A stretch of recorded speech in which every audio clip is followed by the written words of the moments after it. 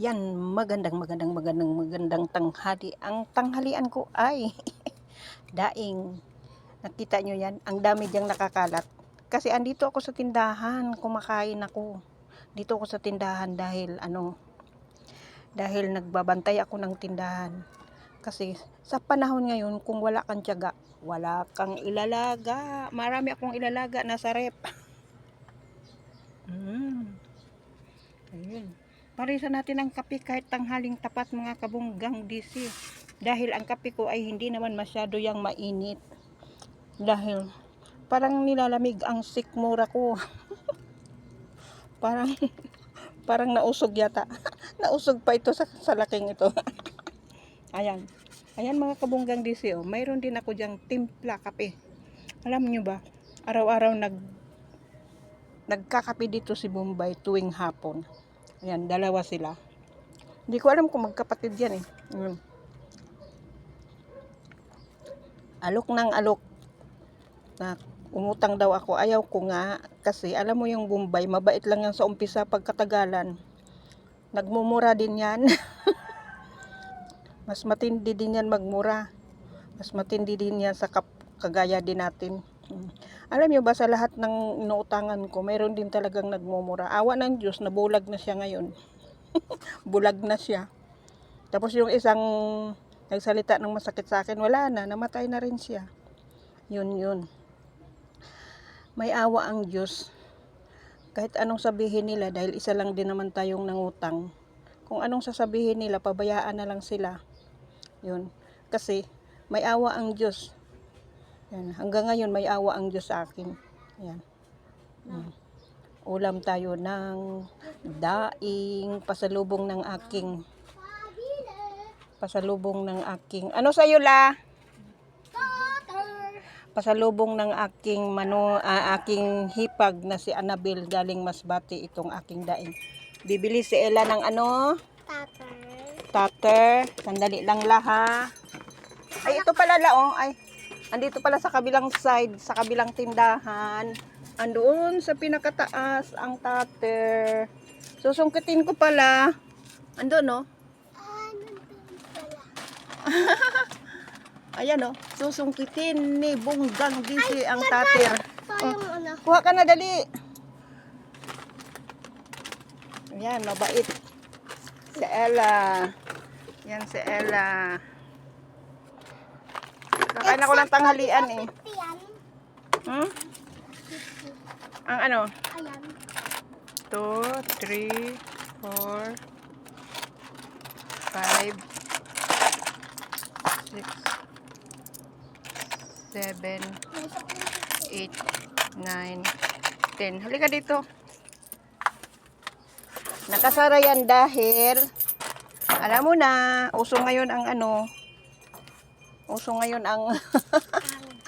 ang gumagala ngayon ang mga magnanakaw. Nanakawan ako dito ng uling, mga kabunggang DC. Uling at saka mga uling. Bilangin mo. Uling at saka mga sitseria. Yun. Oh. Tama. Thank you la. Kala ko tigiwan lang. Kakain na ako.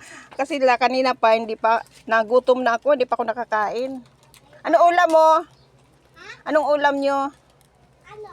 Tortang talong. Wow! Bye! Ayun yung aking, masugid na customer. Ayan. Kumbaga noon na walan din ako dito ng bag na may pera eh. Sinama yung mga ID. Sasama ng loob ko doon sa mga ID na sinama. Bakit sinama? Hindi na lang niya iniwan dyan kinabukasan. Sana nilagay na lang niya dyan sa labas.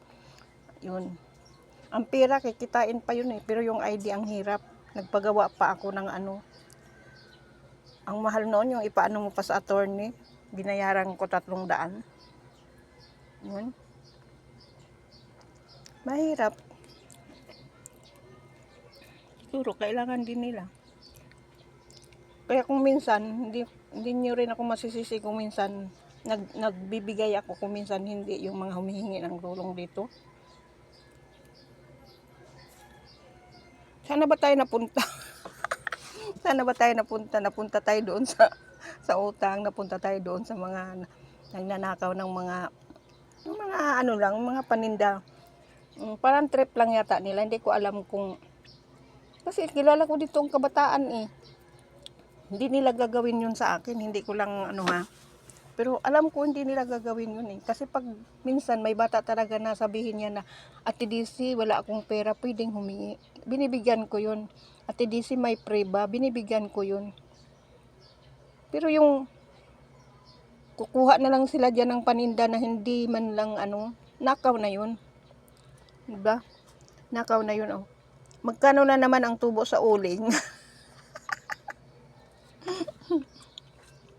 Kinuha niya 3 talaga. Hindi ko nga alam kung 3 lang nga ba. Pero 3 siguro kasi nung binilang ko yon 13 sa umaga.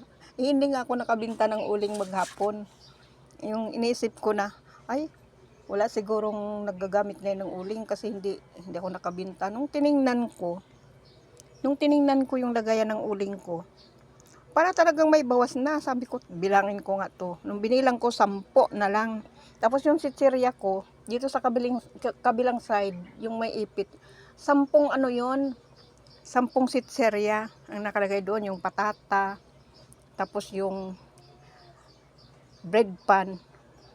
Alam nyo ba yung 5 patata yung nawala?